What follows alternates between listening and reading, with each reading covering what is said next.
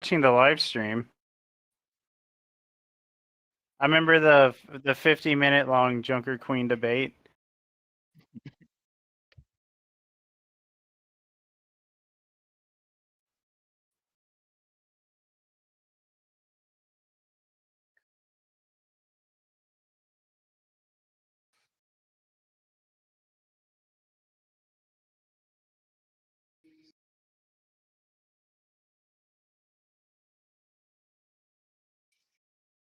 Yeah.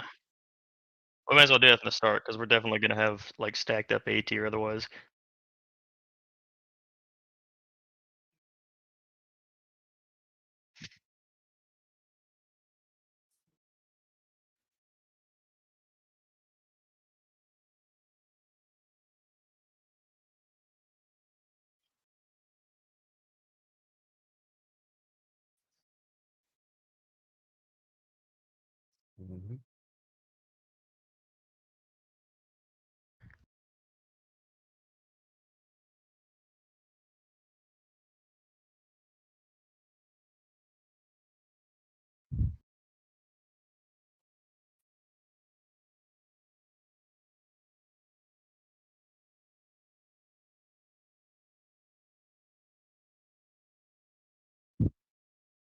Yes. Yeah, We gotta that's a keep it great going. name. Y'all don't like Gooder? I like it. I think it's funny. The alternative would be more gooder. True.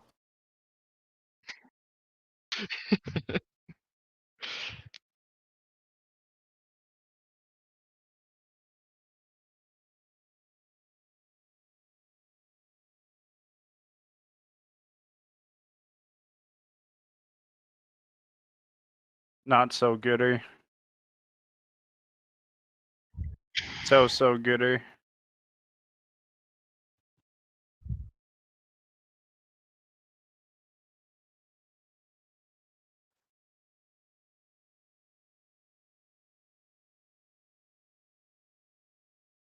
Remember we had an extra thing last time? They had the Sombra tier. Coming back, baby. Brandon's gonna fight us for that.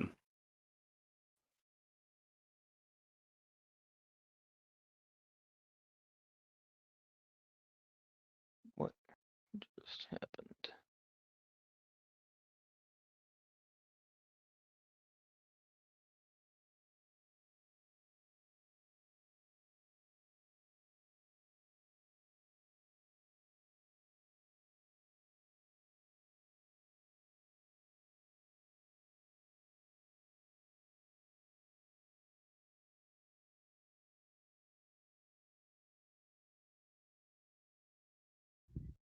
Yep.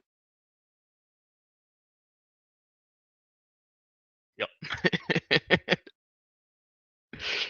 Well, I mean, you guys were trying to. You guys were making an argument on a character that nobody's played or tested, We had played her. in like a very, very minute amount. I still don't even think she's really that great now. Like now that we've actually played Overwatch 2, which, in my defense, if you listen to the last thing, that was the only thing I was saying was good for her.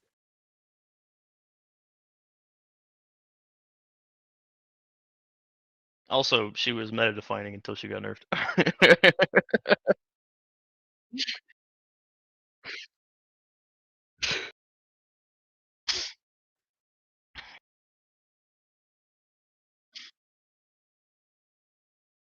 Uh,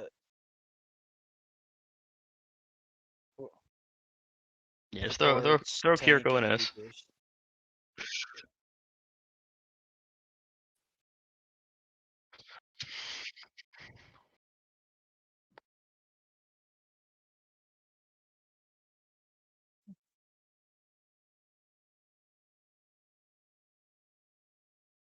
I have no idea what she does. I doesn't know. All I know is her ult is busted. I don't know really much about the rest. I don't even think her ult's her best ability, ironically. That E is nuts.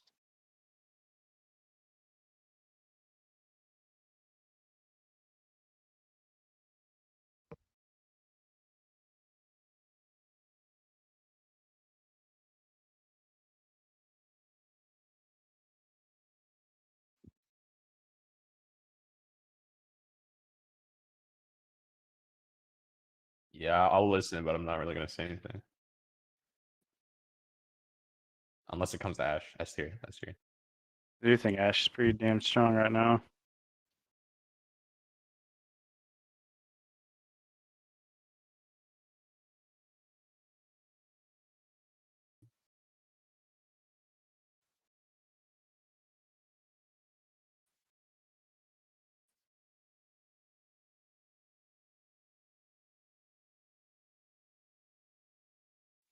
Well, even with it really helps her out too. It increases her healing by a lot. It increases her DPS. Like her healing and her ult is crazy, dude. You throw out so many cards.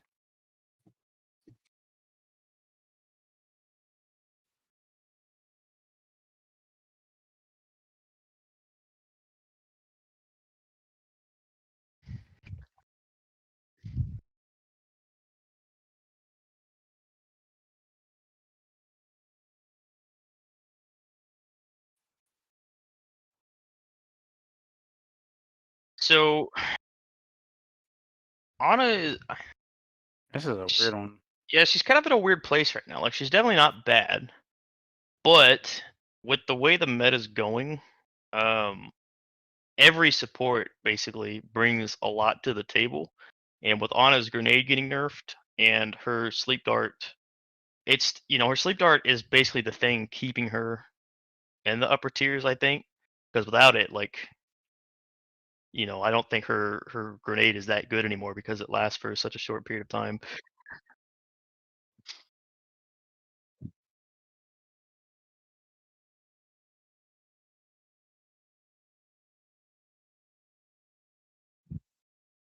But like the thing is, like for example, in before it got nerfed, if a Roadhog got hit by the nade, he was marked for death. Nowadays, he's probably not going to die before it expires and he can heal.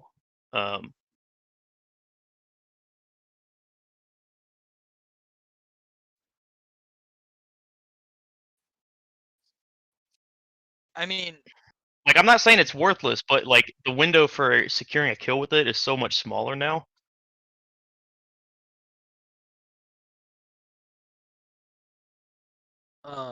I mean that's just gonna. I mean that's where the Annas are just gonna have to not use it like so just like throwing it out there because they can kind of thing. Like they're gonna have to be a little more particular with it. It's just gonna add another. Because like yes, it lasted long enough to pretty much just outright get a Roadhog killed. But now like UKs can throw some chip damage at the Roadhog. Granted Kiriko's not in the game. And then throw the nade, later into the trade and still be able to kill him just as efficiently.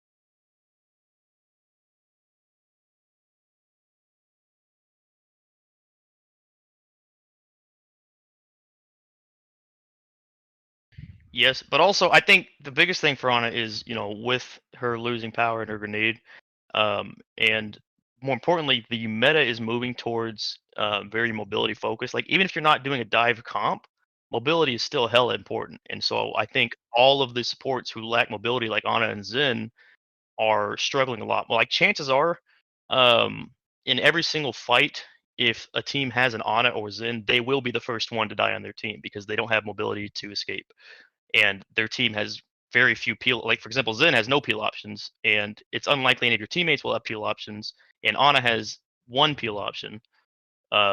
So I think just having no mobility options at all puts heroes like Ana just at a bigger disadvantage than it used to because everyone is moving fast nowadays.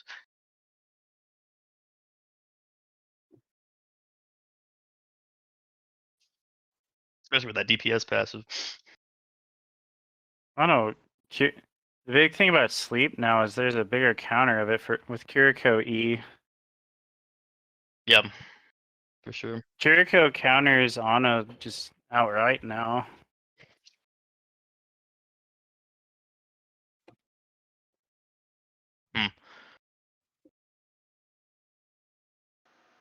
There we go. Okay, now it is. I mean, what's That's the annoying. cooldown of anti-nades? What, like 10 seconds? 12 seconds, Or I 12 think. seconds? 12 seconds. And then Kiriko's Kiriko's E is 15. right?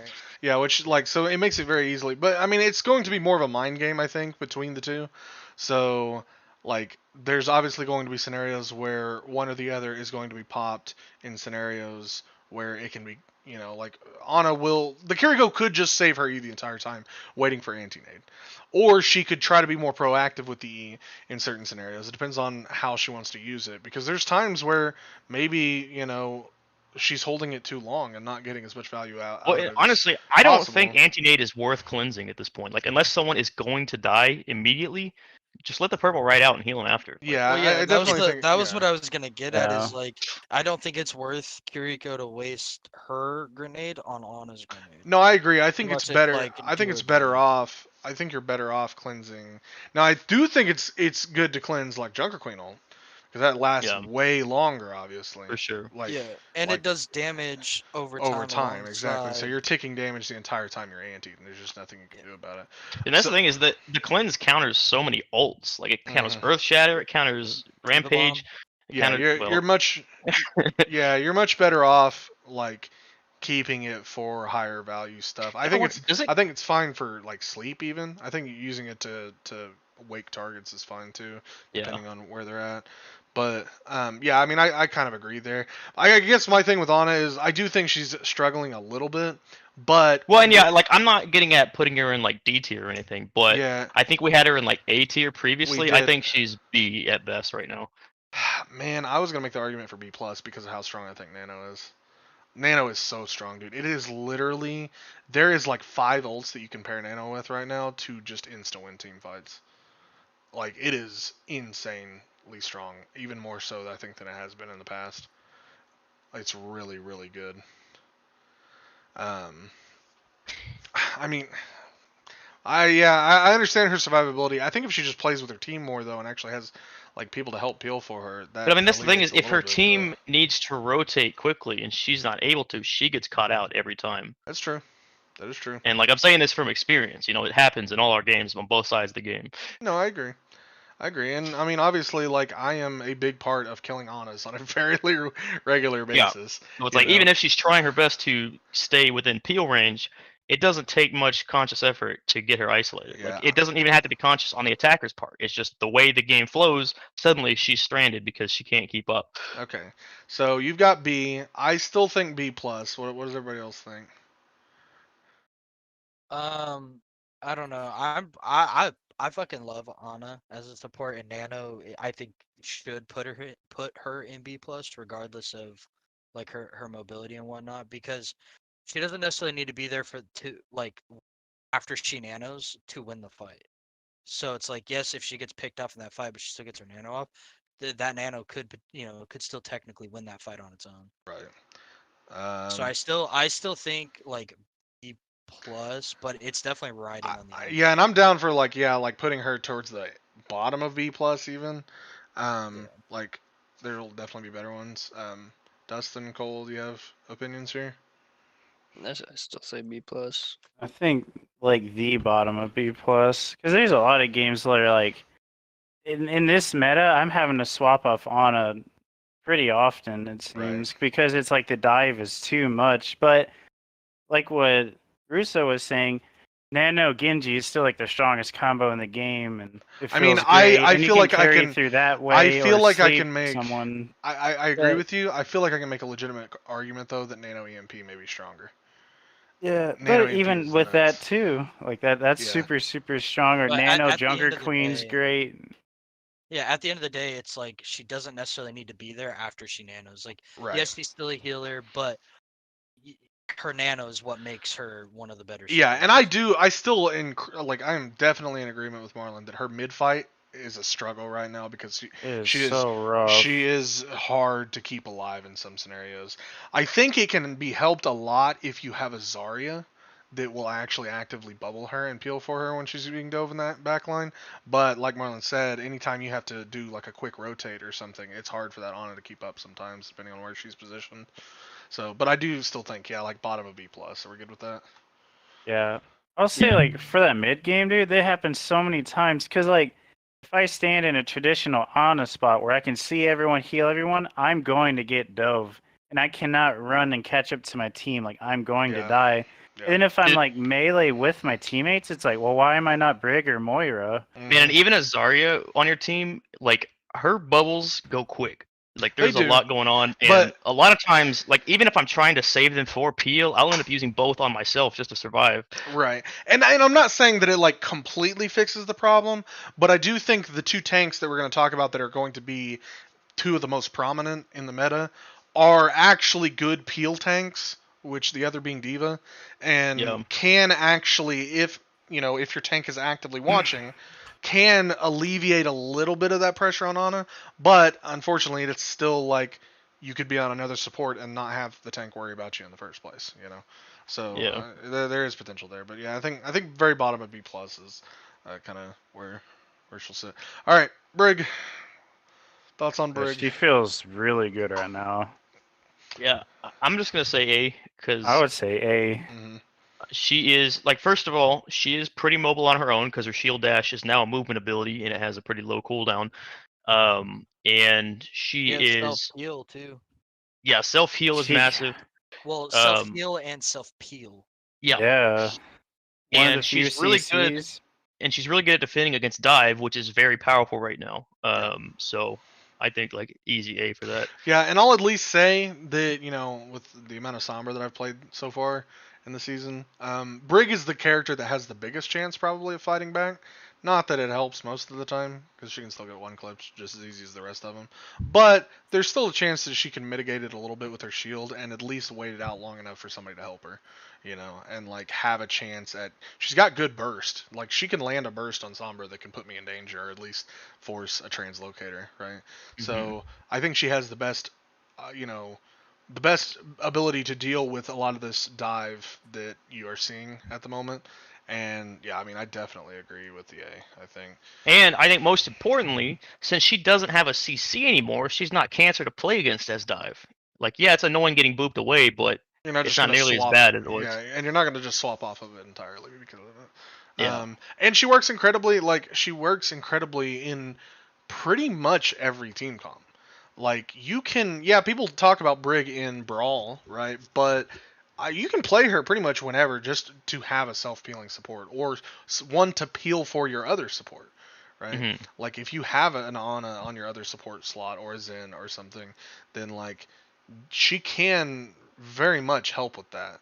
Um, again, like yes, she's still a support, but she she brings a lot to the table right now, which is I think what we said originally that like I think people were underrating her a little bit, and that people were going to realize that she's a little bit stronger than what people see.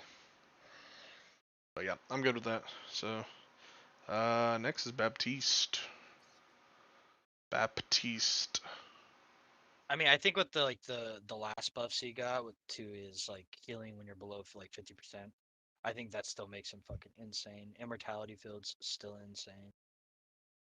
Yeah, he's definitely He really strong. has mobility, but it requires like you to be on maps that it's useful on, like where you can like have high ground accessible to you, at like a moment's notice, which automatically like makes him a harder support to kill.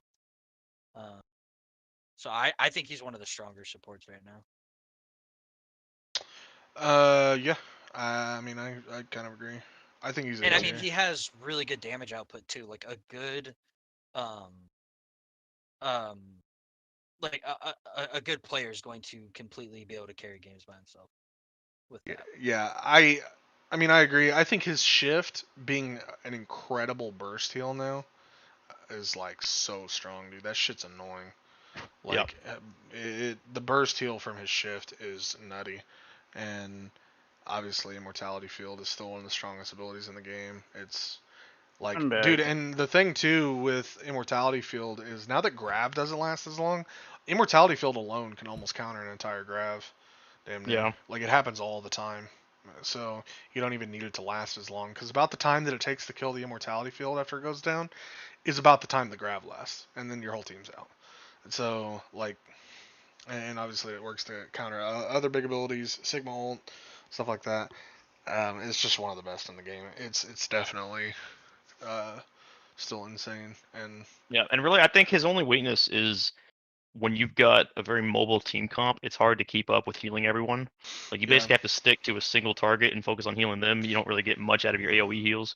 yeah, Yeah, and and it's true. unfortunate he's not a very good long range healer. He's right. more mid to close range. Yeah, he's that, and he definitely favors targets that stay on the ground more often than not.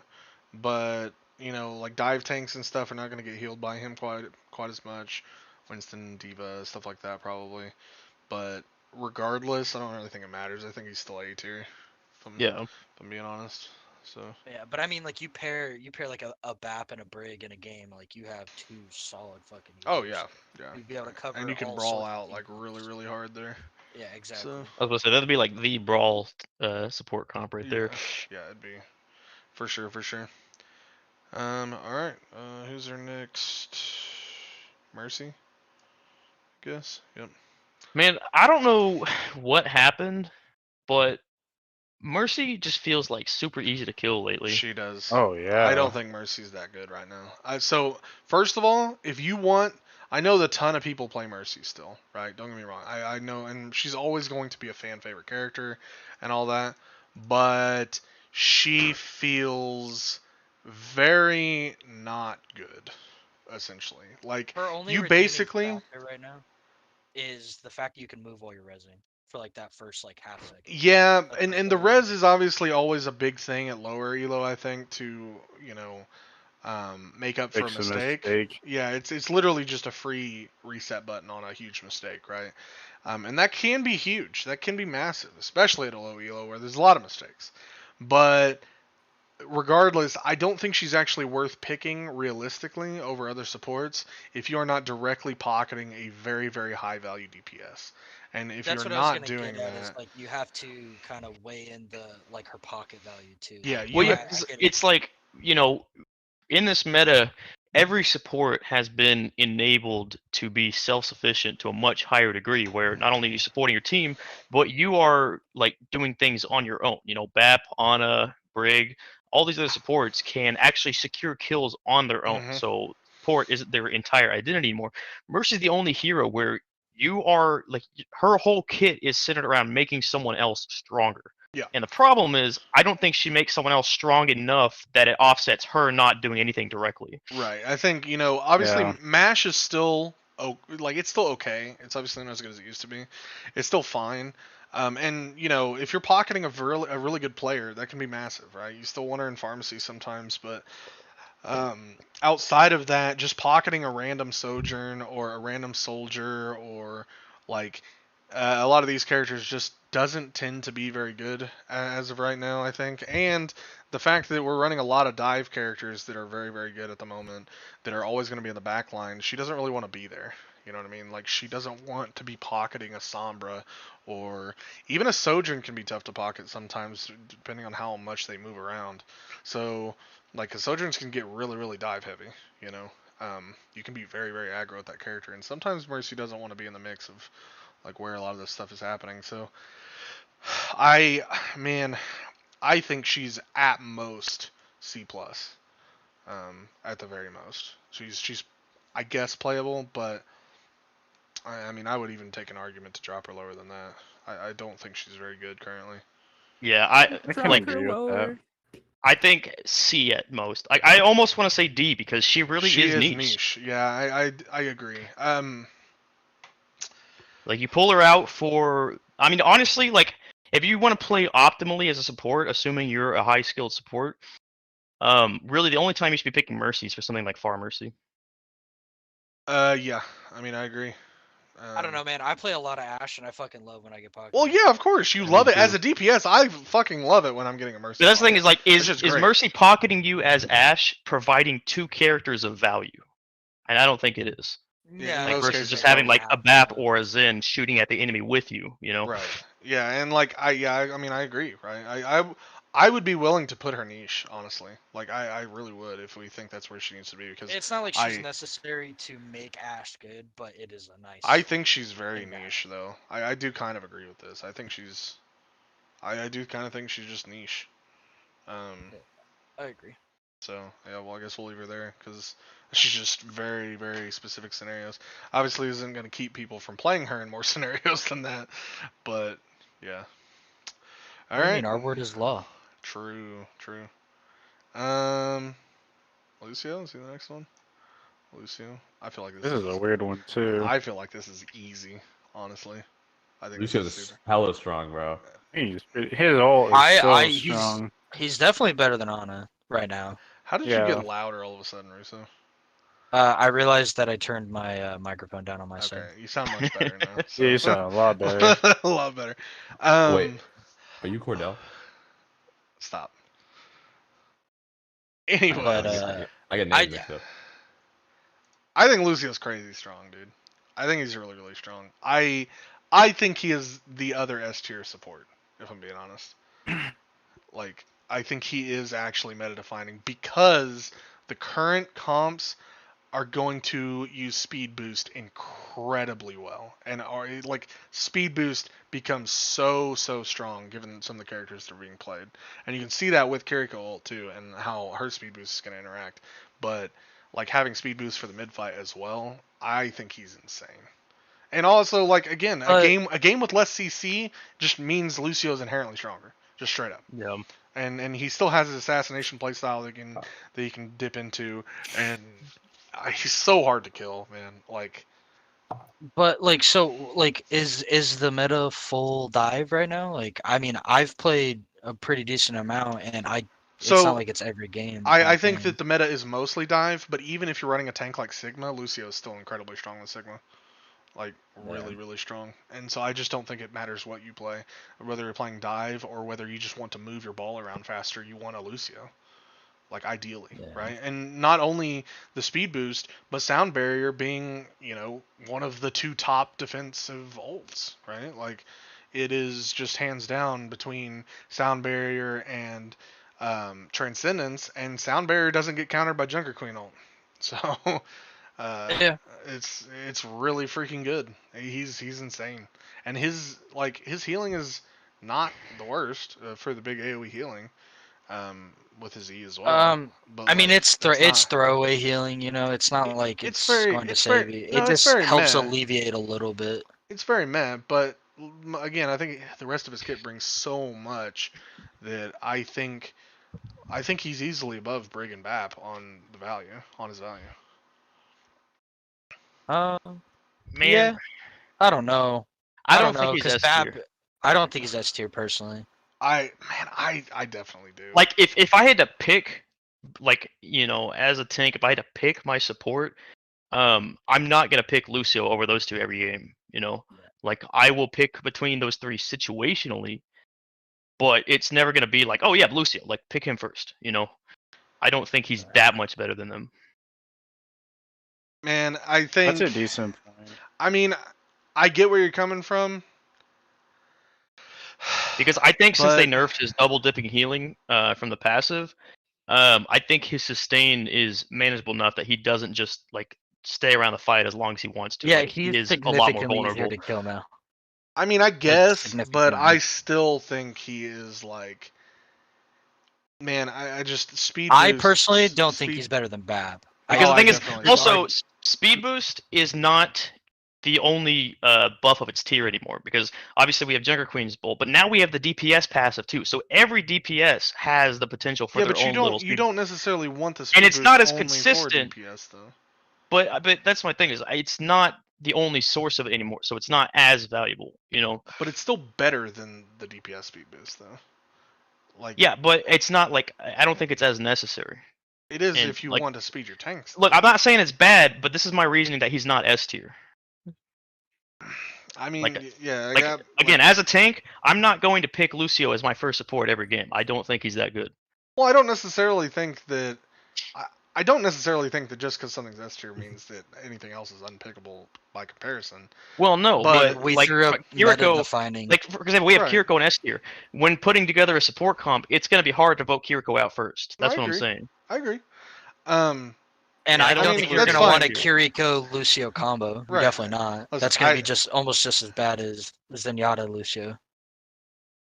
No, Alright. no, Kiriko's healing is so much better than Zen. It's not even close. Her healing is actually pretty solid. Right. Her But healing, she her healing is comparable can't to heal Ana. the whole. She She can't heal absolutely the whole can. team. She though. absolutely can, just like Ana can. She's comparable in healing to Ana, 100%.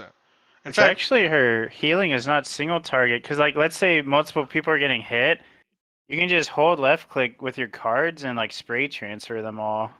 Like hit one Well- person with 3 cards, go to that dude for the final 2. Right, but if you're not targeted on them, that healing goes wild. It's not fully targeted. it's not as hard as like you're saying though. Like it is very very easy. Her healing is probably slightly better than Ana's overall. Like it's really the only thing that would give Ana a slight edge would be her nade. If you use your nade for healing, which most of the time you don't want to do. So Kiriko's healing is really solid. Like it's not, you're not going to be lacking healing with a Kiriko Lucio. It's just not the same as Lucio's in. Listen, I think Lucio is S tier, but if you guys want to put her in A tier, I'm totally fine with that. But I do think Yeah, she's. because I just don't. do- I just don't think Lucio. Like, first of all, Lucio's healing is, you know, a tier below those guys, right. and I don't that's think not where his value utility. comes, And though. I don't think his utility is a tier above them. So, I think he Yeah, just lands in and A tier because of that. Okay, I mean, I still think he's at least at the top of A tier because I do absolutely think that I think his utility is insanely valuable, especially with his. I mean, his defensive ult is just straight up way better than Briggs ult, and Bap ult is pretty throwaway if I'm being honest. Like, it's like yes, you can get really good value out of it, but his value doesn't come from his ultimate, whereas Yeah. Lucio has one of the strongest in the game. So, yeah, but I'm fine. Like I said, I personally think he's S tier, but I'll go with you guys if you want to put him in A tier, and we'll put him right there. So, Moira. I'll just move her into F tier real quick. I mean, I fucking hate this character. I mean, so- Moira players put her in F tier, Dude, hands down. However, like that's where you gotta play the game of what's I your know. support comp, you know? yeah. So Moira's, to me, Moira's only actual utility, because she really has no like real utility like the Right. others do. So what her quote unquote utility is the ability to dive in and finish off targets. She can't kill someone on her own. Again, assuming like competent players all around, she's not going to 1v1 anyone. Right. But she can dive in, you know, like post fight and finish off some targets who might have slipped away otherwise. And that's about it. Yeah, Her but, like- healing is mediocre and too short range. Her orbs are both pretty garbage nowadays. Mm-hmm. So Yeah, I mean, without, like realistically, and this is me trying to be unbiased. Obviously, like we all know, I fucking hate Moira, but regardless, as far as like actually analyzing how good the character is, I still don't actually think she's that good. Zero utility brought other than just her like propensity for actual healing. I don't actually think that her healing gauge lasts long enough for her to be comparable to some of these other characters anymore. no, yeah, I've noticed because- a lot in games, if a Moira does not have ult ready, her healing is not good in team fights. Even in a brawl comp where we're all grouped up for her to heal together, her healing Her does not gauge, sustain. her gauge runs out really quickly. Actually, like again, comparatively to some of these other healers, I would rather have a Brig if I'm being honest, because her AOE healing is going to be passively like consistent throughout the entire fight, And she brings can a throw bunch out of those utility with packs. it. Exactly, and so like now the one benefit that I will give Moira is with a certain propensity for dive characters to be favored right now, and for supports to be very much in danger all the time, given some of the strong picks in the other roles. She has inherent survivability because she has probably still the best movement skill in the game with Fade. Fade is Yeah. incredibly strong. So she has the ability to stay alive, and that in itself is value, right? You can relate inherent value to her ability to survive. Um, and so, I mean, that's something to consider. But again, you still have great survivability with, I think, Baptiste and Brig and Lucio. Like, obviously Annas tend to swap to Moira a lot because they feel like they're getting dove. But I think they could just as easily swap to Brig. I know Dustin has been swapping to Brig. Well, yeah, and also know. that survivability is selfish, right? Because is. it literally only allows her to escape. She cannot do anything while she's in Fade except run away. Yeah. Everyone else who has some sort of survivability or self peel, it's a team benefit. If Anna sleeps someone, that person can't affect anybody. If Baptiste throws an immortality field, that's AoE. If Brig boops someone away, that's away from everyone. Mm-hmm. Whereas Moira is the only one who has an escape ability that does not benefit anyone except her. Yeah.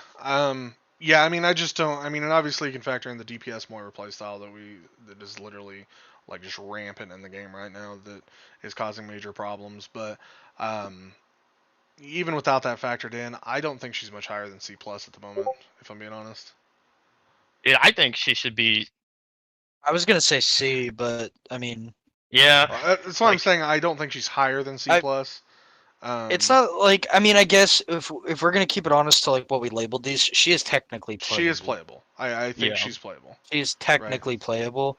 However, in our experience, that bitch is barely playable. Yeah, like I just don't. And again, even when she is on my team, like even if I have a good Moira on my team, I'm like, sure, like she could probably have some high healing numbers, but man, would I really like to have some, anti-nade / sleep dart or immortality field or Brig's ability to peel or Lucio's ability to peel speed and her, his ultimate, because I can't tell you the last time that I've had a Moira actually save me with her ult because I'll use it for DPS. It's not really that good anyways comparatively. Like it's much worse than Transcendence or Barrier, and I would argue it's worse than Brig's ult as well. So I it's gotten to the point where I find myself because we're plagued with these Moira players.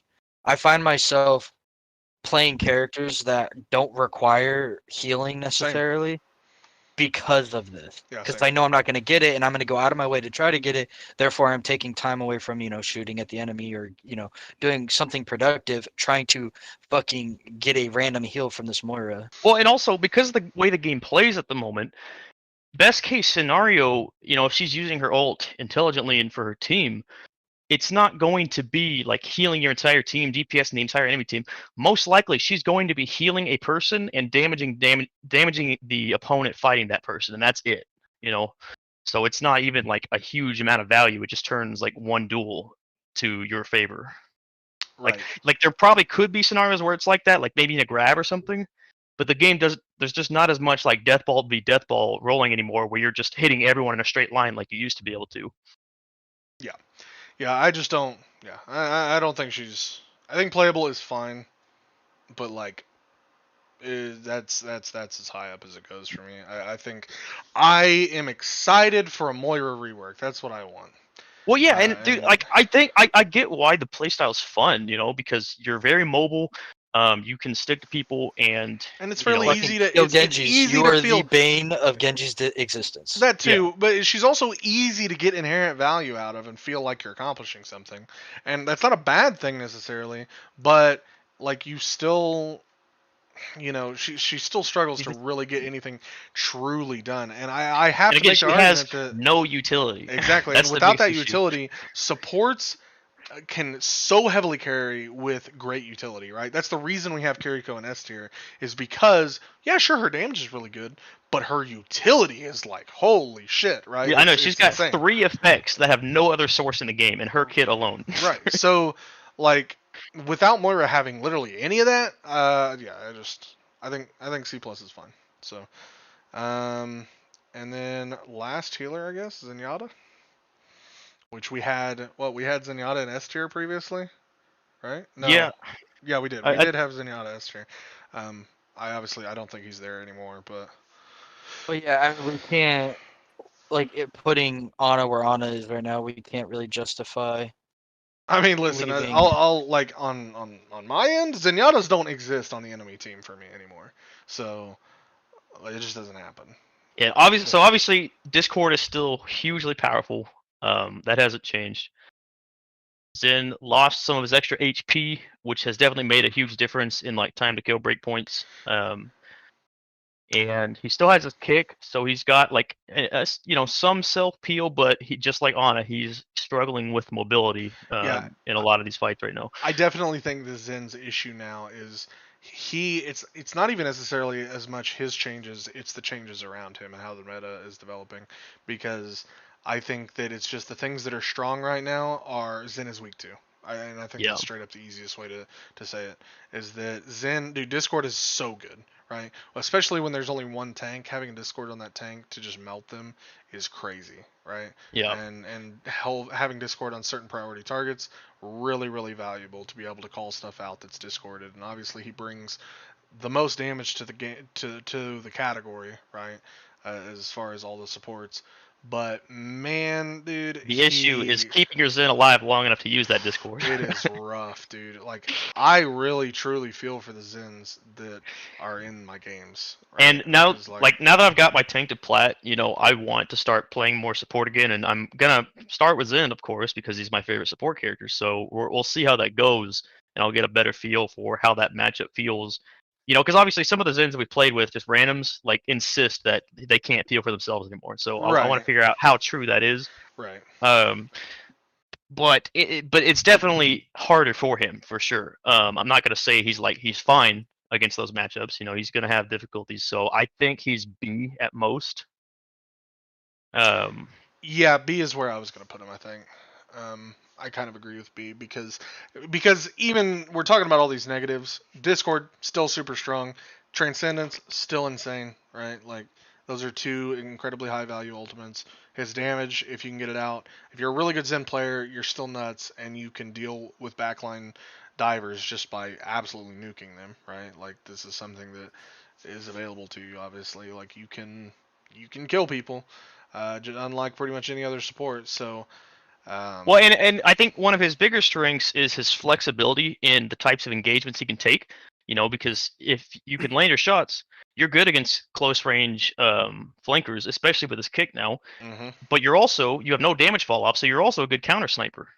So he's very flexible in regards of what kind of fights he takes until he gets caught out, and then he's stuck there until he either wins or loses. And if it's more than one person, he just loses. Yeah, and unfortunately, because people are starting to key into a singular character that we're going to talk about later, obviously, the more and more that character's played, the less and less impact he's going to have.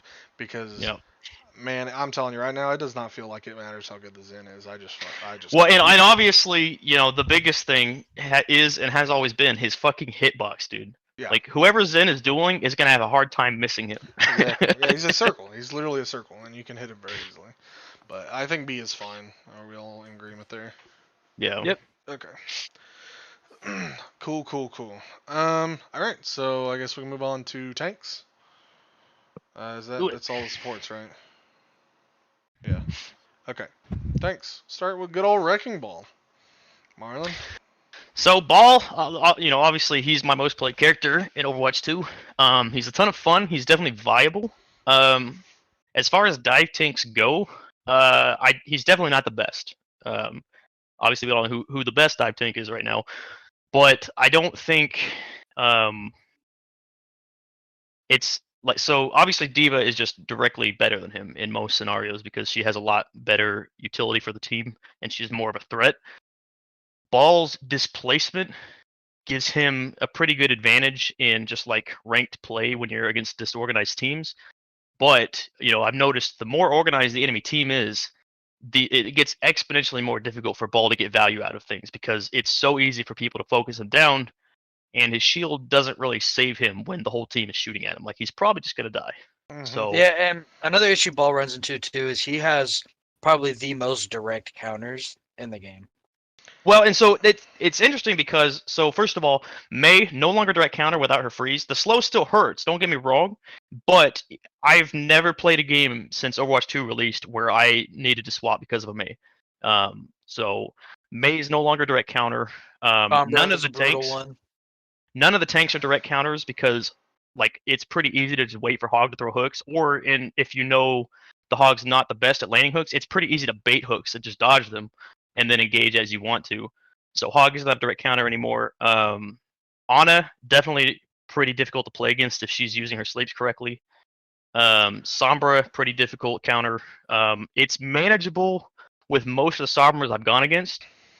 We haven't really played against an insanely good Sombra yet, so I haven't had to swap because of Sombra, but I'd imagine if I went up a Sombra, Brandon tier, then I probably would have to swap off of Ball for that. You don't think that Roadhog could potentially give you a pretty rough time?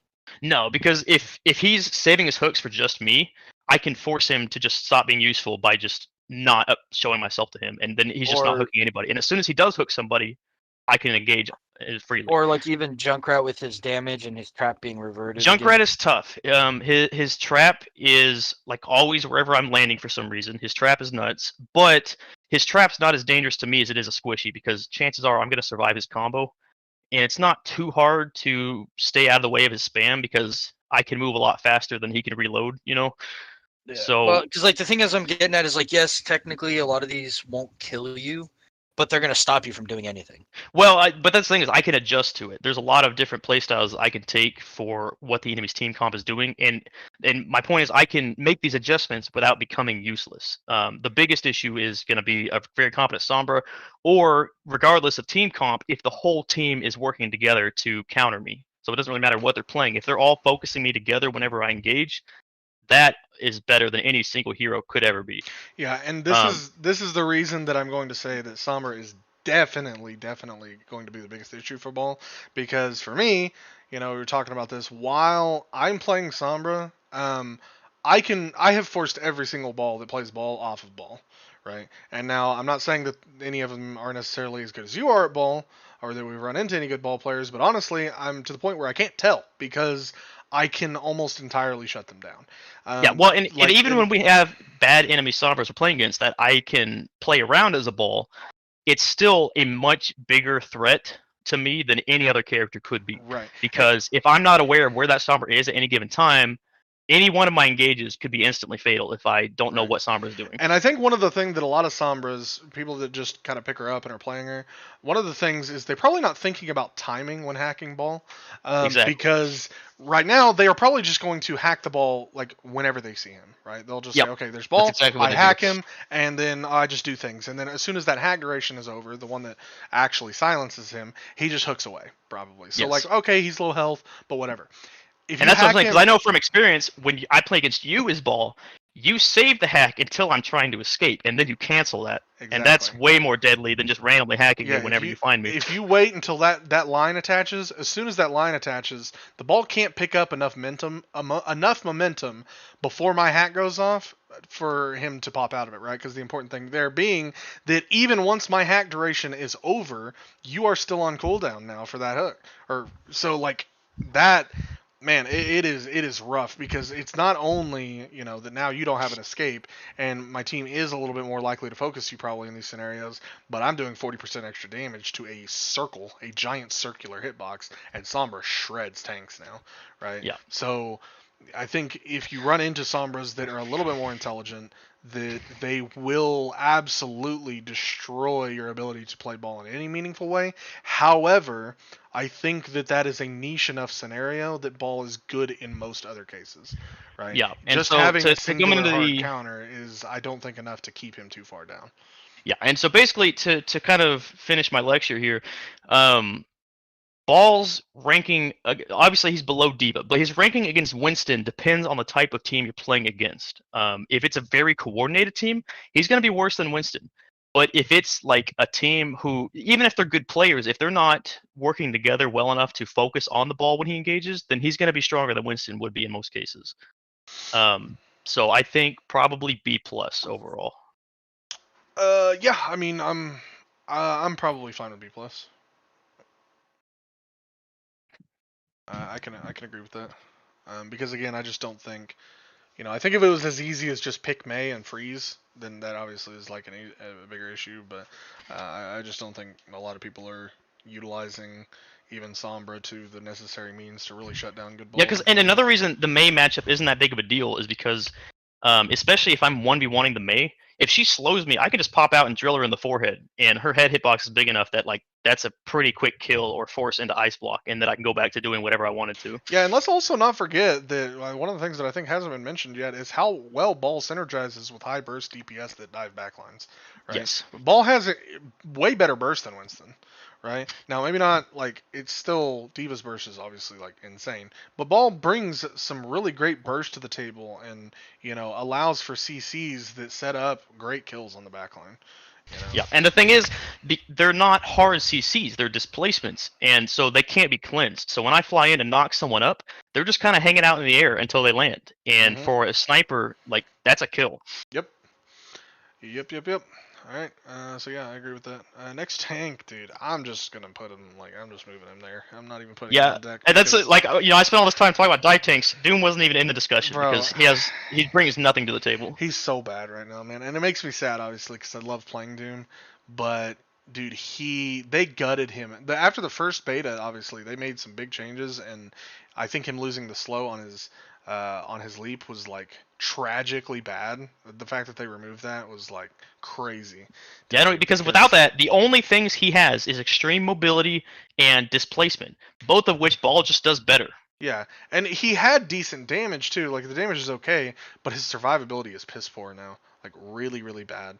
And I just don't think he brings any impact. Plus, right before release, they fixed 2 of his advanced techs, which removed those 2 advanced mechanics. That doesn't sound like a lot being 2, right? But it removed 17 advanced techs from his kit by changing those 2 mechanics, right? So not only is that just like that ceiling got lower, right? His ceiling is just inherently lower now because he removed a bunch of advanced techs from his kit. He's less fun to play now for a lot of Doomfist players. They're just not going to play him.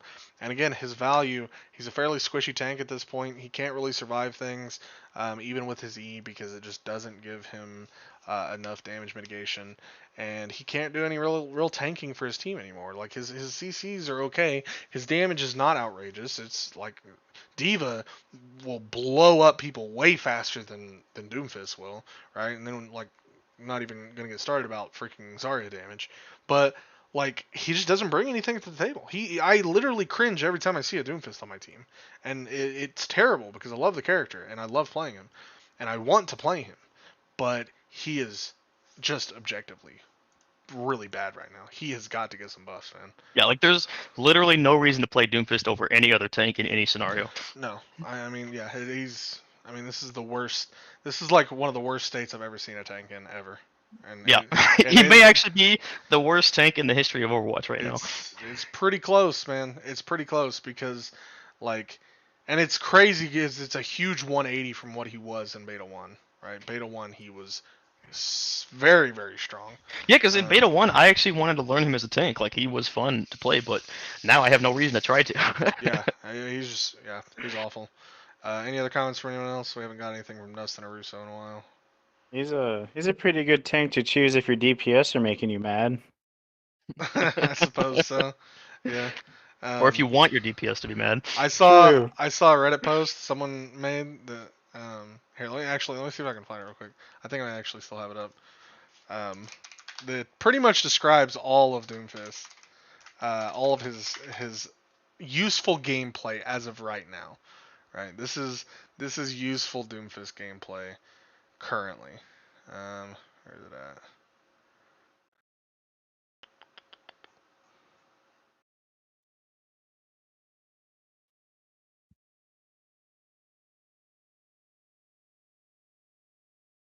Okay, never mind. It's not on the front page, so I'm not even going to search for it.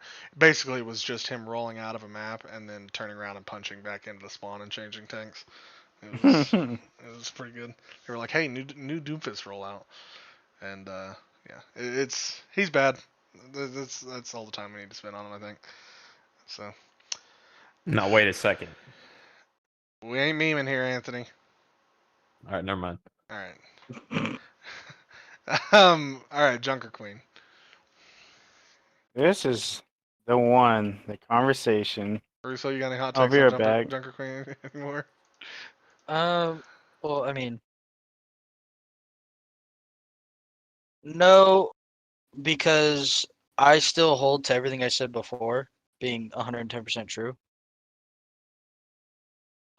With like her shift being by far her strongest ability. Yeah. And that being her like real only good, like I don't want to say good, her only real consistent thing that the character does well. I mean, so I think being more familiar with Junker Queen now and actually seeing her and using her in ranked play, I think a big thing we kind of underplayed in the last tier list when we were doing this discussion is how much sustain her bleeds give her if you're applying them consistently. Yep. Like Dude, if it's a Junker Queen is insane. Junker Queen's consistently cleaving multiple people and landing her knives and stabbing people with her melee, so that she always has multiple bleeds running, she is actually pretty hard to kill. She is, because of Plus that. getting healed. Yeah. So Yeah. because of that, plus her hitbox, she rivals Arisa in unkillability if you're playing her correctly. She is In the right circumstances. Yeah, that's what I'm You know, saying. if people aren't staying in her cleave range consistently, it does get more difficult for her to be that way. 100%. But yeah, in those circumstances where you're able to consistently apply bleeds, if you are going against a brawl comp that wants to be in your face, she thrives in that scenario and can still output a lot of damage. Right? I know there's talks about like her shotgun maybe not doing enough damage, but if you're barrel stuffing people, it can still do good damage, right? You just almost have to consider her like a melee range hero at almost all times, and she can do really, really good damage in those scenarios. I mean, I've half health people with that shotgun. I've one-shot tracers, right? Like, it definitely has the potential to do so. But it is that thing is a shotgun in all forms of the term. Like, it is. I don't know. You want to be point blank. Like my big take on her right now is she is like you could pick in these like major brawl comps, like her or Arisa could go, like you could pick either one and it's gonna feel similar. The only thing I give Arisa over her is Arisa actually provides things to the team other than just I think it's exactly the opposite. I think Junker Queen is the one that has the edge over Arisa because I think that she is harder to ignore. And I think that's the big right. thing. Okay, that's another thing I wanted to talk to you guys about. This whole ignore Arisa shit. Like, I don't understand where you guys are getting this from because she's obliterating people right now. Bro, I do it every game. Like I get it. You play Sombra, you don't have to deal with her that much. It's not Sombra, dude. I've literally played but tank, like she and fucking obliterates people, dude. Man, like just ignore her. And I'm watching in the kill feed. She kills one support, then leads on to kill the next support, and yes, it's like we're gonna need to. We've talked about this. We need to provide a little bit more context, I think, on our whole ignore Arisa strategy. We don't necessarily mean just blatantly ignore her and let her walk to your backline and kill your supports, because obviously she can do that, right? Once we get to Arisa, we'll talk about that a little bit more. But like I still think like her like Junker Queen and Arisa are like very similar on like this scale for me. I agree that they're probably placed very similarly. I think Junker Queen she is much harder to ignore than Arisa, as far as like she will get inherent value against certain comps that Arisa never can. And it comes from her damage, her speed to literally just chase you down if she wants to with her shift, and her bleed. Arisa can do the same thing with her E. Well, here's the big thing for this comparison is that Junker Queen can be a threat to the enemy tank. Arisa cannot. Arisa just has significantly more peel though. I don't know that it's significant though. Like her E, like you get caught in that thing, you can't fucking move. And then her right click, her spear, like that is such a good peel ability. I mean, you can, I mean, I agree. I think Junker Queen's knife is like decent peel. I think Arisa's peel probably is slightly better. But I think they're both good, but I think they're on like similar scale. Like and the comparison I wanted to make here was actually going to be to Reinhardt, because I think Junker Queen has basically replaced Reinhardt. Yeah, I pretty much agree. Other than like comps that just want to sit behind a shield, obviously. But and that's the thing is those comps don't really exist in this meta. Like you could put one together, but like it really doesn't happen very Right. often because all of the like long range heroes people typically pick are going to be on their own roosts on looking down on the team somewhere where Reinhardt's not going to end up standing. Yeah. And if you're doing that on defense, Reinhardt can't just sit there with your shield in front because it's going to break and then he has to go hide. So you'd be better off with like a diva for peel in those instances. Dude, like, I'm all for fucking Reinhardt losing his shield right now and just getting another hammer. I'm okay with that. Like, dude, I would fuck And the like shield is his best shield. used selfishly dude, right now. Yeah, and Yeah. I have a whole lot to say on Reinhardt, but, Yeah, but same. we'll get get there. Yeah, I do too. My thing with Junker Queen is I think she's good. Like, my whole argument last time we did this was that we didn't have enough exposure to her. I think she's good. I don't think she's meta defining, or I don't think No, she's like, no. inherently Yeah, not at strong. all. And No. I think I don't think she's like super overly the top strong because there's other tanks that we haven't. Oh, I gotten to definitely that yeah, are don't and either. overall, better. Absolutely. I think Junker Queen is going to be in B.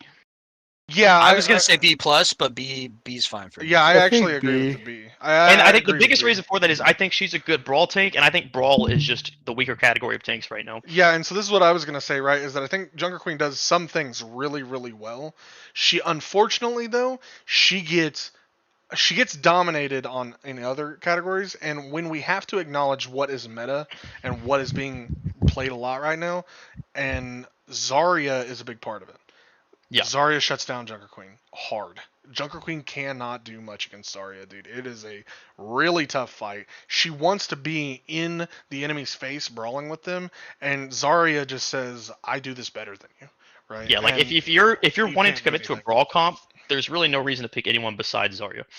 So I agree. I definitely agree with B. Like we were never gonna make the argument. I think that she was S or A or anything. So I think B is fine.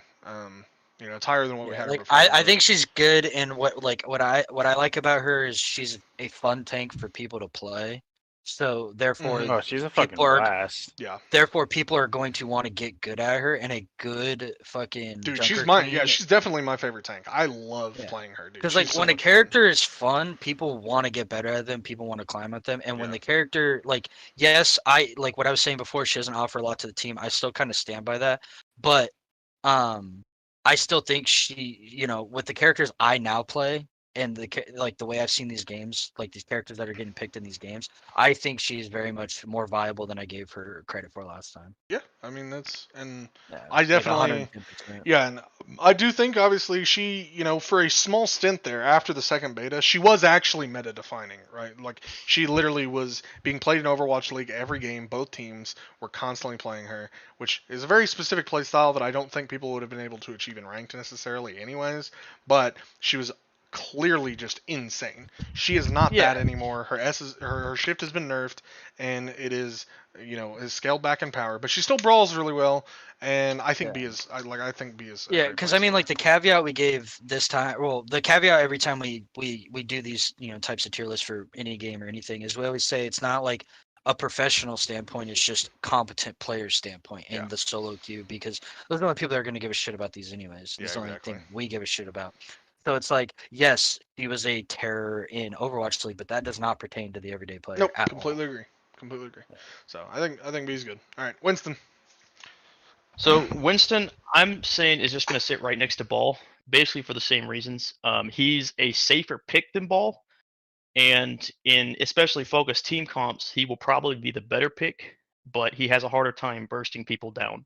So it's just kind of a trade-off of whether you want that single target burst in the comps you can get away with it, or if you want to be a more generic safe pick type tank. Yeah, like personally, I would prefer a Ball player over a Winston, just because Ball gives you the ability to literally separate the enemy team from where they're at, knock them off the high ground, do all this.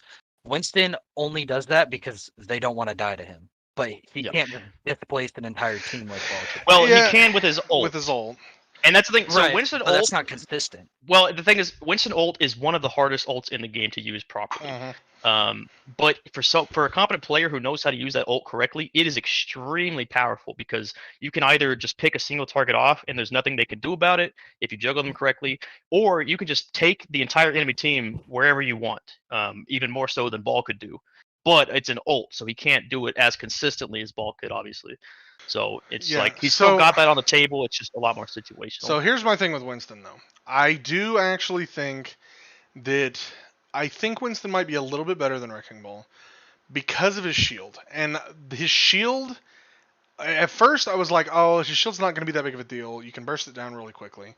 I don't know if it's like what the players are doing or if it is just actually like this annoying, but people are not focusing the shield down or it is not dying as fast as it needs to.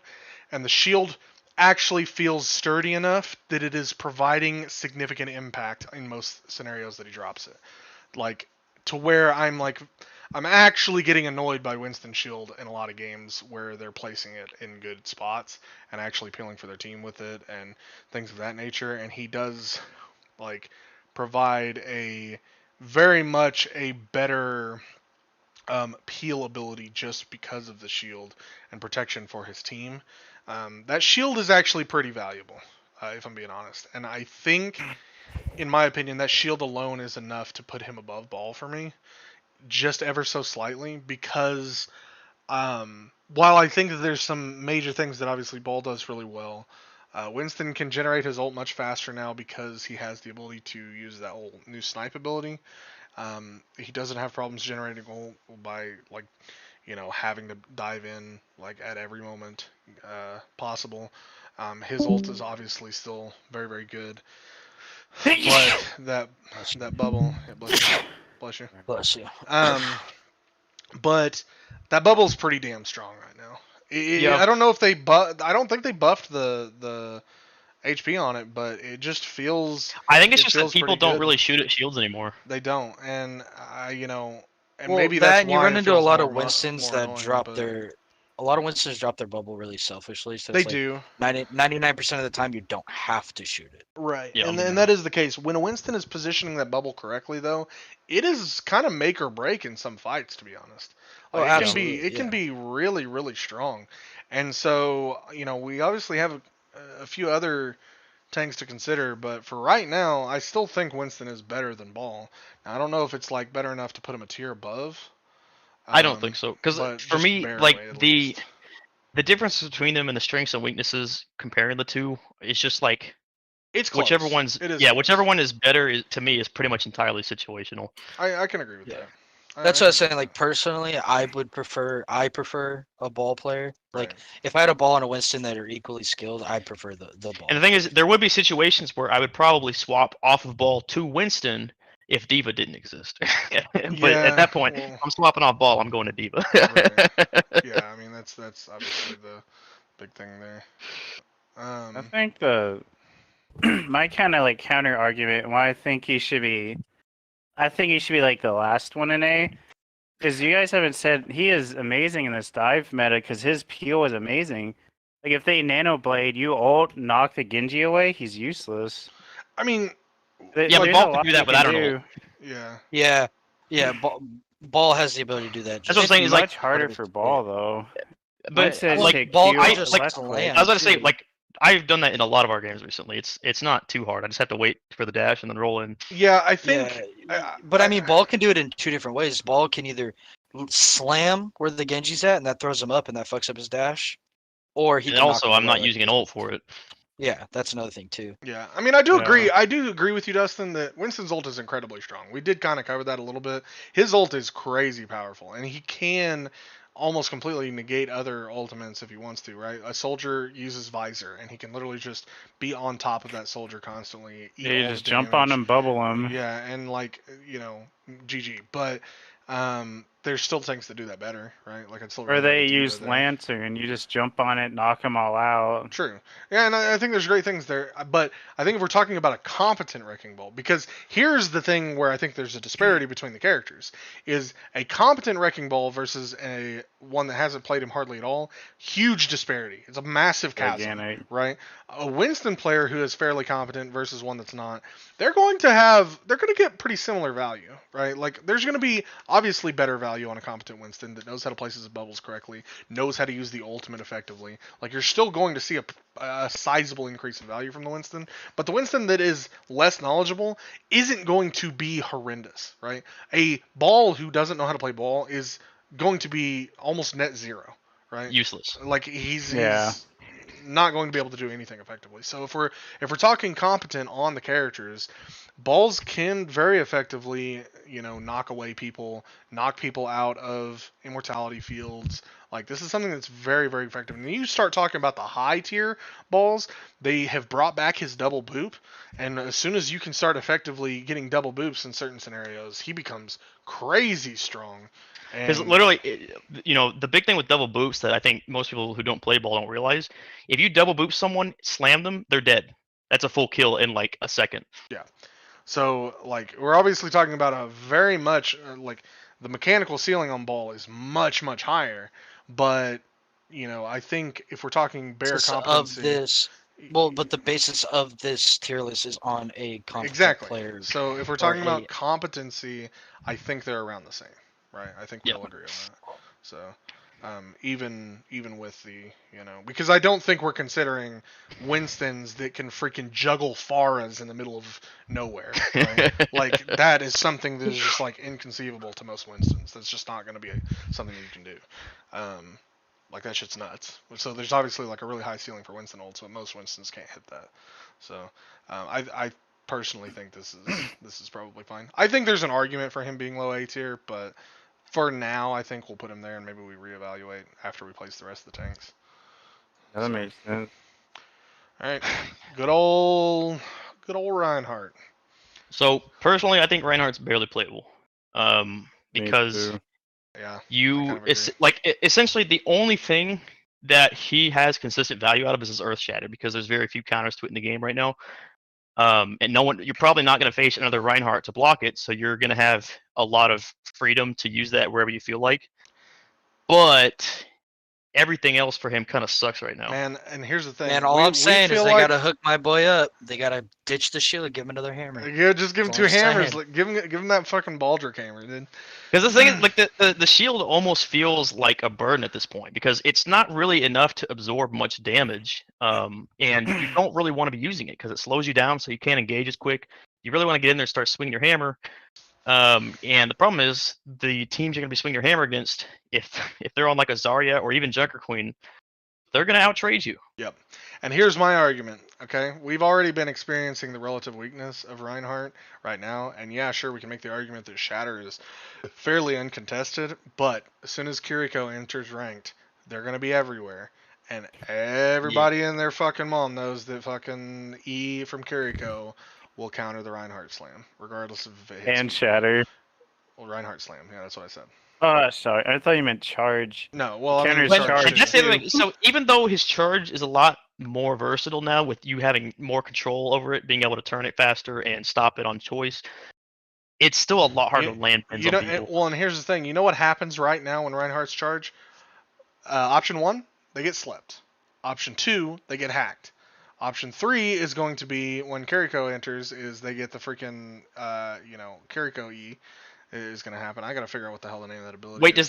does that remove them from the pin? I think it No, stops it his doesn't. charge. But it doesn't stop the charge, but it makes them invincible. So if you time okay, it, they that's don't what it is. die. Yeah, so that's what it is. Okay. So So- it'll still invincible the damage.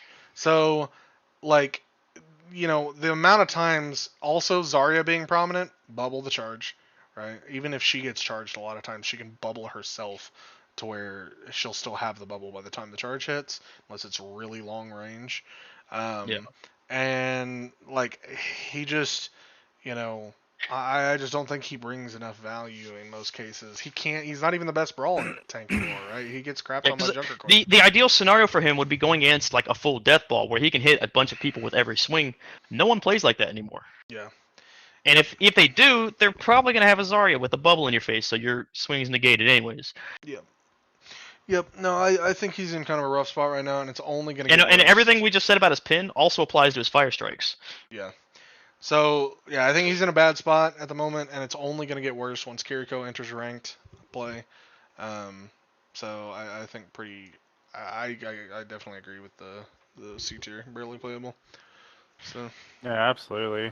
And Ryan's like one of my most played, and it's just every game there's always a better tank to be played. You're like forcing to play Ryan. The only time I ever play Ryan, honestly, is just for the Ryan be Ryan for fun. Yeah. When they're already making the bad choice of choosing Ryan, then I can also choose Ryan. True. You know what I mean? Exactly. All right. Next, Zarya. Yeah, I I think f- this we've is pretty much easy, right? already had this conversation across the other tanks, and she's in S tier. Yeah. She might be one of the best characters in the game, honestly. Dude, She's a fucking she's juggernaut. she is insane, man. Her damage output, her survivability, like her ability to keep others alive, bubbling Like high the biggest value thing is targets her, as they she dive. can peel, and her peel is at range, so she can bubble whoever needs to be bubbled. All she needs is line of sight. Yeah, I mean she is she. I mean, yeah, you're talking about the tank that has probably the best peel in the game or close to it, and the best damage, the like incredible survivability. Because if you do, there are certain comps where you can play pretty selfishly with your bubbles and just feel unstoppable, right? Because now you have two bubbles to use on yourself instead of the old just one. Because And if everyone is just shooting at you, then just take all that damage. yeah, exactly. And dude, I mean, the amount of times that I literally just can walk past whoever is standing in front of me and burn down backlines is crazy, dude. And there's just And that's nothing you literally can what do I'll about do it. with Zarya is I use my bubble as an opportunity to step forward and just pick a Mhm. target and kill them. Yep. And yeah, because by the time the bubble breaks, if you have high charge, you have killed whoever it is if they don't get away, right? If it's an Ana or Zen, they can't run away. They're dead. And if You the know? fight's enough in your favor, just pop another bubble and keep going. Exactly. So like, yeah, she's so stupid strong right now. I actually do think she needs to be toned down. Somehow, some way, she's got to be toned down a little bit because she is nuts right now. Like really, really nuts. And I just don't think I just don't see, unless you absolutely have to have a dive tank, there's no reason to not play Zarya. Even in dive, she's really good for her ability to bubble divers. Like she's nuts. I mean, that's all there is to it. She's nuts. So, yeah. One thing people don't talk about with her is her mobility is amazing now too, with the buff to the self boob. She Yeah, can reach high ground now. so Even her vertical mobility is actually not bad. They're niche scenarios, right? It's not like aggressive, like really high ground or anything, but she can get up into certain areas like that she couldn't formerly, or that it was harder to do formerly. It probably is not enough to impact her strength that much, but it is something, right? Like It's mostly just a convenience thing. yeah. Um, but I mean, I agree. It's just another tick on the bot, or just another tick. So, yeah, she's nuts. Who's next? Diva. All right. Yeah, The so other problem. yeah, Diva's her.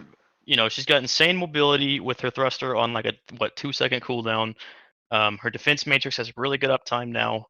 But most importantly, dude, her damage is fucking nuts. It's bonkers. There's no reason it should be that high. her It's, burst is absurd. She it can really one-shot is. supports Dude, easily. divas Like that you can literally fly in, assassinate a target, fly back, peel for your support, fly back in, assassinate someone else, just go back and forth as much as you need. I mean, if like, dude, a proper diva that knows how to negate damage while they're going in and has the diva burst combo down are incredibly difficult to deal with. Like she's a pretty high skill ceiling tank too, and so like the better you get with her, obviously the more and more value you can get out of her.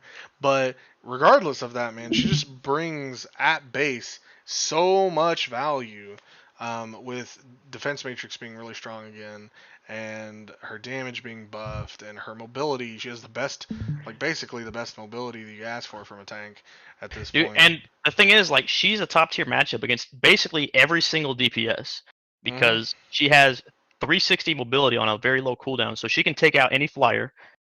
She's a free win against any hit scan character. Yeah, the only caveat I'll add there is the only one that fucks her up is Sombra. Sombra screws her because I can damn near burn down Diva by the time her defense matrix comes back up. So, and I can just make it a little bit harder for her to capitalize on things on the back line of the team. But that's more of a Sombra problem, to be honest. Yeah, I mean, once Sombra gets nerfed, finally, like it's gonna change a lot of these metas. It will It's gonna change a little bit, but yeah, we'll get. and it's got to be coming. Like I don't understand how they're completely overlooking We'll it. get to Sombra, but- all right. We'll have our Sombra discussion. Don't worry. The problem is you're gonna save her for last. No, I'm not. I am literally going left to right. I have been going left to right this whole time. Okay. Alright. But anyways, yeah. Diva S tier, easy. Wait, we missed tanks. We're still going through tanks. Oh, I'm retarded.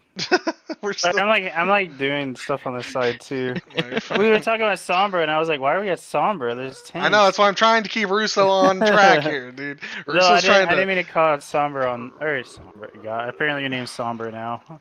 Russo's freaking veering off the road, dude. I'm just trying to pull him back on. I Well, you understand. guys bring Sombra up every time we talk about somebody.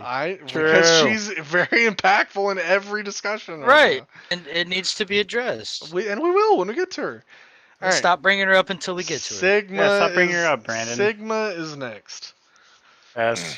Sigma is like he's hard to categorize because he's not a dive tank, but he's not really a brawl tank either. He's not, man. He but can help out the dive too. He's with a kind good of he's rock. kind of like the only real defensive tank in Yeah, that he just man. kind of picks a zone and just holds it. He does, but that zone can be so huge, dude. Like he can hold massive lanes. We were talking about this earlier. He's the best tank on point 1 for Circuit Royale, right? Yeah. Because he can hold that whole freaking lane basically as much as he wants, just shit out damage, right? All forward. If he needs to set that shield in a specific way to counter a Widow or to at least pester her, right? Because it's such a dominant Widow map, he can do that. He has the ability to eat a ton of damage with his, his little gravity bullshit, and like he has the ability to negate way more damage than just about any other tank. Like his And the defensive reason for playstyle that is just so because good. if you're playing smart and juggling your shield and your suck, so that way you have maximum uptime of both of them. Like no other tank can really do that with their defenses. Like Yeah, the and closest let's would not be Diva, forget- just because her defense matrix generates so quickly. Yeah, and let's not forget here that he got his one-shot combo back with his rock, right? Yeah. So he has. And that's the thing is, he while also he's has- juggling, these defensive layers, he's putting out a shit ton of damage. Yeah, he has the that dude ability to just poke gets people damage. down. Like it's Like ridiculous. he can pressure high ground without having to go to high ground, very easily, right? We And played a he game can the other pressure day. around corners like Junkrat can. Mm-hmm. Yeah, like I'm not a very competent tank at all, and we played a game the other day on Eichenwald, and I was playing Sigma for pretty much all of it. I had like almost 25,000 damage mitigated, alongside having like 15,000 damage put out. Yeah, I'm not really that great at them. Like you Well, put and somebody that's the that's thing, right, is competent they're on the like- character, they're gonna fucking decimate. this is just another reason why there's never any reason to pick Reinhardt when Sigma exists.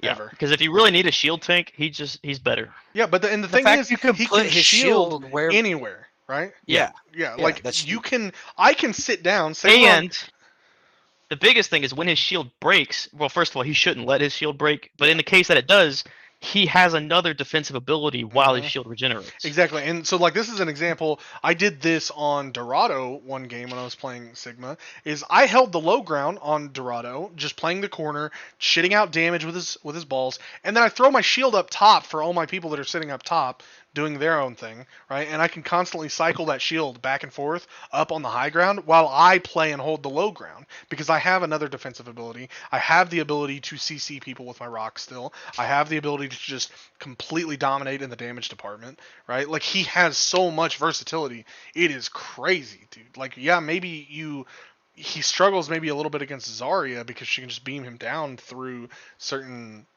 like through his suck, but he still has his shield to play against her a little bit, and if you play it right, you can rock her between her shields or after her shields and still get some pretty good damage to where if you have a little bit of help from your team, it's playable, right? Right now, Zarya some tanks just feel unplayable against Zarya because she's so strong.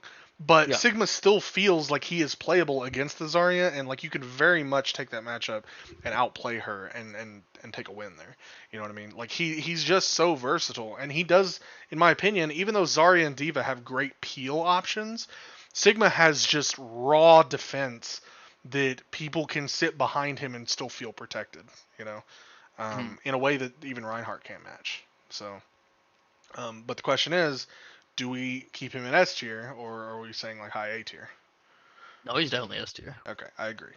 So, like, he's insane. These 3 tanks are nuts. Like, these 3 tanks are The great. thing is, they're all like uniquely great. Like you Yeah, can't really they say one's better than the other because they all serve extremely different purposes, but Yeah. they're all the best at it unequivocally. Yeah, no. There's 3 yeah. It is the big thing is- essentially it is very much a triangle of like important tanks with every, Yeah. within every scenario for sure. Yeah. So, okay. Orisa. I mean, we talked Orisa. about her a lot earlier Yeah. when we were talking So about this Junker is Queen. this is where I think we need to define me and Marlon's ignore her strategy a little bit more, right? We don't necessarily mean just like ignore her and like let her do what she wants and like let her walk into your backline, because yes, she has a level of lethality to her to walk past you and like kill your team. It is a thing that exists, that is possible for her.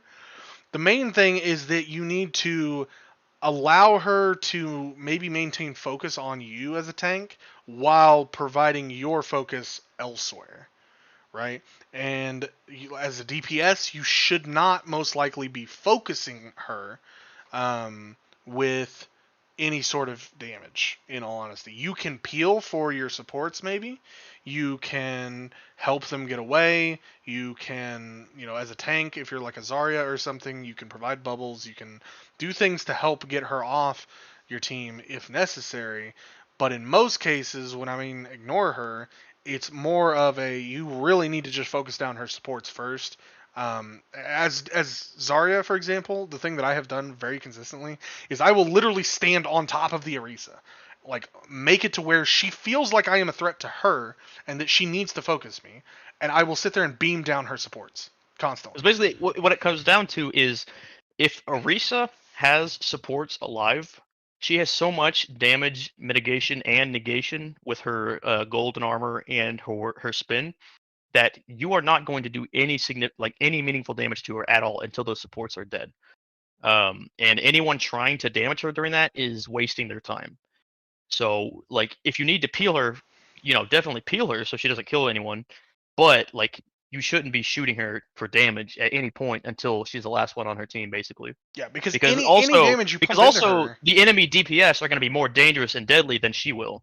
yeah, because any damage you're pumping into her, it is meaningless. She's going to negate almost all of it. She is super tanky and will soak every bit of that damage. The main point is that you cannot be focusing any damage into this freaking juggernaut of a tank, because it is meaningless. It is essentially throwing damage to the void, because she will immediately mitigate all of it and be healed back up to full.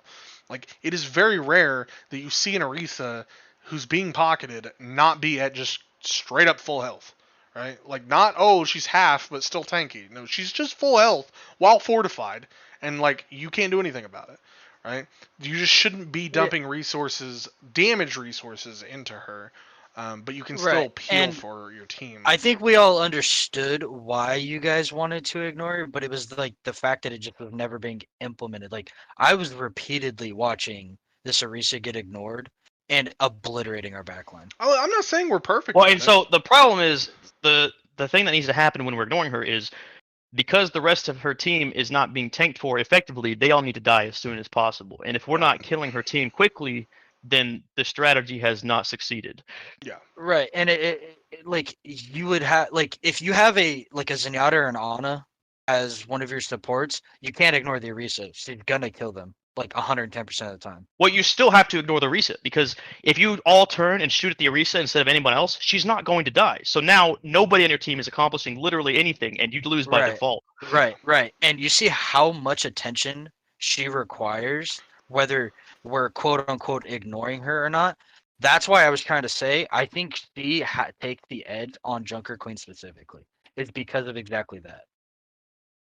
Man, You can kill Junker Queen even if she's being pocketed. You can't kill her. I know. I don't actually think you can. I don't. And Junker I don't Queen, agree. they have the same mobility. Yep. And I would argue that Orisa probably has more. Yes. Well. Um, That's debatable. They're about the same. Well, so the thing is Orisa's mobility is protected. Yeah, but Junker Queen can do other things while she's moving. She can actually shoot people. Or And Junker knife people. Queen supports her team with her movement ability. She also does. Yeah. Well, She provides- so the thing is too is, Orisa absorbs bullets with hers. Yeah, but if she you're can playing off literally if you're playing like off to the side or something, it doesn't matter. What? Like if I'm Zarya right, or something, Yeah. right, and she uses her E, and I bubble, I can still just like walk past her and shoot her team. Okay, but that's just Zarya. I But that's the mean, point. In the tank v tank matchup, when Junker Queen uses her movement and support ability, which also gives her temp health, she can continue attacking. When Orisa's spinning, that's all she can do until the spin ends. Yeah. So if you're a tank that's not threatened by that spin, you just keep engaging the enemy team. Right. But my focus here is the backline. Like That's the I don't point. think She shouldn't get to the backline in this scenario. If she gets but to the she can backline, just then your team walk has failed. through though. That's the thing. Is she can just walk through. okay, but what? Let me ask you though. What is your like If she solution can walk to right this? past your tank and kill your supports are too close. Also true. But my thing is like what is the like other thing that you would have be done in this case, because you can't like if I'm Zarya, for example, Well, and maybe this is a what bad this is what I was gonna get at is you would just have to swap up your support. I mean You can't play Anna's, you can't play I mean, to me, Zenyatta's with like, her. it just sounds like a positioning error on the support's part. Like, neither Ana nor Zen needs to be anywhere near that fight. and even if they are, again, if I'm playing Zarya, I turn around, bubble my support, and then turn back around and beam down their support. Right? Like that's an And easy also, Orisa's Well, thing to do. movement is that's linear. So if okay, your okay, immobile but if supports that's are on high if ground, then she if- can't push them at all. okay, but with what Brandon just said, if that's possible, then your supports and their supports are too close. If Zarya can do exactly that, that's literally what you're saying is that your supports are making the error. Well, that means their supports are making the error I mean, too, if that probably, is even yeah, possible. very possibly, yeah. Right. So my thing is like with how detrimental she is to your backline. But I Because don't of think this whole like she's let's more ignore her detrimental. thing. I don't think she's more detrimental than Junker Queen though, because as like if we're talking doing the same thing, right? The Orisa sure can like try to speed through with her E to get to your backline and supports, but as Junker Queen, if I'm looking at supports, I have more effective range than the Orisa essentially. If I land a single knife on a support, they're going to die instantly. They have no recourse whatsoever in that scenario, and I can still do all of this while I'm speeding towards them because my shift doesn't inhibit my ability to do other things, right? And I can still Right. like, But my thing is like in your shift, you can still be booped, you can still be slept, you can still be CC'd. I mean, Risa yeah, can't. I mean, If we're talking about the running straight in, like you just said, Orisa does it significantly better. um, I don't And know. Orisa I just don't. has outright better peel with her spear. It's faster than Junker Queen's knife. It has the ability to actually CC if they're close enough to a wall. And we've seen numerous times if he spears a support or a squishy, I should say, just a squishy, if he spears them into the wall, he kills them almost instantly because she's firing her gun at the same time. And her gun has good range. It's not like she's this like mid to close No, I range. know. I agree. She can shoot, across, I don't want to say across the map, but she can shoot a pretty good distance. Like we've seen it numerous times of her spearing. I mean, I'd say her effective range is about the same as Zarya's, because you got to remember, it does have heavy damage fall off now. Yeah. Right, but still, the thing is like I think that spear alone puts her ahead of Junker Queen in the peel factor I don't know that and that spear the pick is. factor. I don't know that that spear is better than Junker Queen's knife. It's really don't. significantly easier to hit. Is it though? Like I mean, maybe it's It's a little. It's so a much faster. It's a little faster moving, but most of the time you're not getting slammed into a wall by it, depending on your position. But if you're not, then you're displacing them away from their team. And yeah, into, but Junker into Queen, if I something- hit you with that knife, I am pulling you into me, and you are dying.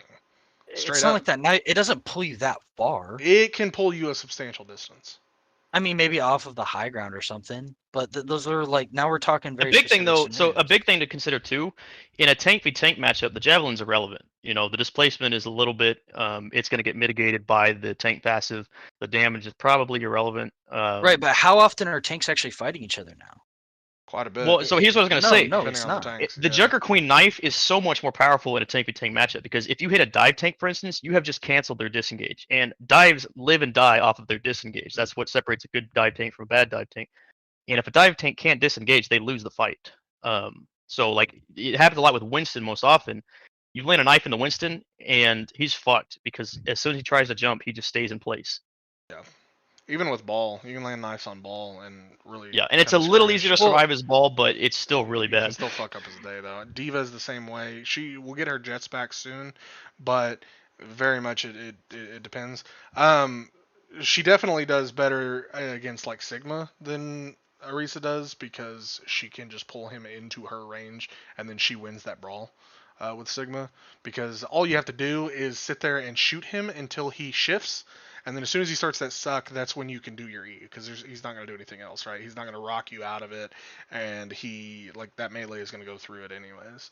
So again, she just straight up wins the brawl against Sigma and Well, can I mean, win. I think Sigma's gonna put her on the back foot before she puts Sigma on the back foot. I think it very much Because depends on the map. Sigma just outright does more damage. Has the ability to CC her. I think if Junker Queen has the ability to use terrain to get within range of him and can land a knife on him, I think it's all on if she can land her knife. If you wait for him to drop his shield and you land a knife on him, you can just shift and run straight towards him and pull him towards you, and then you're all of a sudden in brawl range. and then he rocks you, and you get displaced away from him, and then he shoots you and does significantly more damage. He's not going to be displaced away. You're not going to be displaced away far enough for him to not still be in brawl range for you. Right, but now you are CC'd. He's getting free damage, and now his but you're team is unkillable getting as free Junker Queen. damage. He's not unkillable as Sigma. Like Sigma is significantly more killable than Junker Queen is when she has a cleave on a tank. Like, dude, The healing on that isn't only like 50 health or 75 health. Yes, but you get cleave damage on every single thing you do with that knife. If you hit a knife with on somebody, Right, which get is healed. less. I'm pretty sure the knife's only 20. And it's also on every single person you hit, by the way. So if you cleave multiple targets, that's significantly more healing. I'm telling you, it doesn't sound like a lot, Russo. I looked at the numbers when Junker Queen came out, and I was like, these numbers ain't shit. This is going to do nothing for her. Right, and then I right. played the character and realized that if you have cleaves and one support healing you, you feel nigh unkillable sometimes. Like, Hey, it real quick, is. I gotta go. I don't think Arisa is better than Junker Queen, but I'm fine with her being in B tier. Yeah, I agree. B tier. So are we gonna put a pause on this? How long until you're back? Probably a couple hours. And my final thing for tanks, Hog is in C plus. Barely, he's playable. That's about it. Okay, we'll finish tanks and then we'll probably wait for DPS until you get back. Okay. We'll do another part 2, I guess, like we did last time. Well, there's See only you guys. one tank left. Exactly. I mean, we just knock out Hog real quick if we want to, because I don't think there's much discussion here. I don't think there is either. Yeah, we'll talk about Hog. Hey, I think he's just a fun tank to play. Yeah, I think he's playable. I think you could probably get more value out of Hog than you would Reinhardt. I think even that's debatable. Like, he has pick potential, I guess, but his lows are really low right now. His biggest thing was always Ana. Ana was always his number one counter, with Ana being, not nearly as strong as she used to be. I think Kiriko cleansing. Kiriko cleansing will be nice. Kiriko will be nice for Hog. Ana may not be like S tier, but she is still incredibly prominent. People love playing Ana. She's always going to be in the game. And Sleep and Anti are still really good against Hog. Hog is very feast or famine for me. He is really good sometimes, not as good others, and like that gap is wider than Reinhardt's, but because of I think he's more consistent than Reinhardt in this meta, because the thing is, I do as well. Because his hook, not only is his hook a great peel, but in most cases it's a kill, like on its own, So like most other tanks who peel don't have that capacity to like immediately kill whatever they CC. No, I agree. And so I think I'm totally fine with I think that gives him enough of a consistency that Reinhardt is missing. I mean, that, like a good Hog is a threat to be concerned about. I was gonna be okay with putting him C+ on his upside alone, because I think his upside is far greater than Reinhardt's anyways. Right. So I definitely think just for his potential upside, I think C+ is totally fine. We all good with that? Yep. Yeah, that's fine. Because with Reinhardt, with how much damage is in the game right now, like Reinhardt really can't drop his shield without just getting obliterated unless he's being pocketed. But then that requires pouring resources into something you really necessarily don't want to just pour resources into. Right. No, Because they could be better spent somewhere else. Yeah, I agree. All right. Looks I'll see you guys. All right, later. We're not gonna be able to finish this tonight. It's gonna have to be a tomorrow thing because I'm gonna be going to bed here pretty soon. Bruh.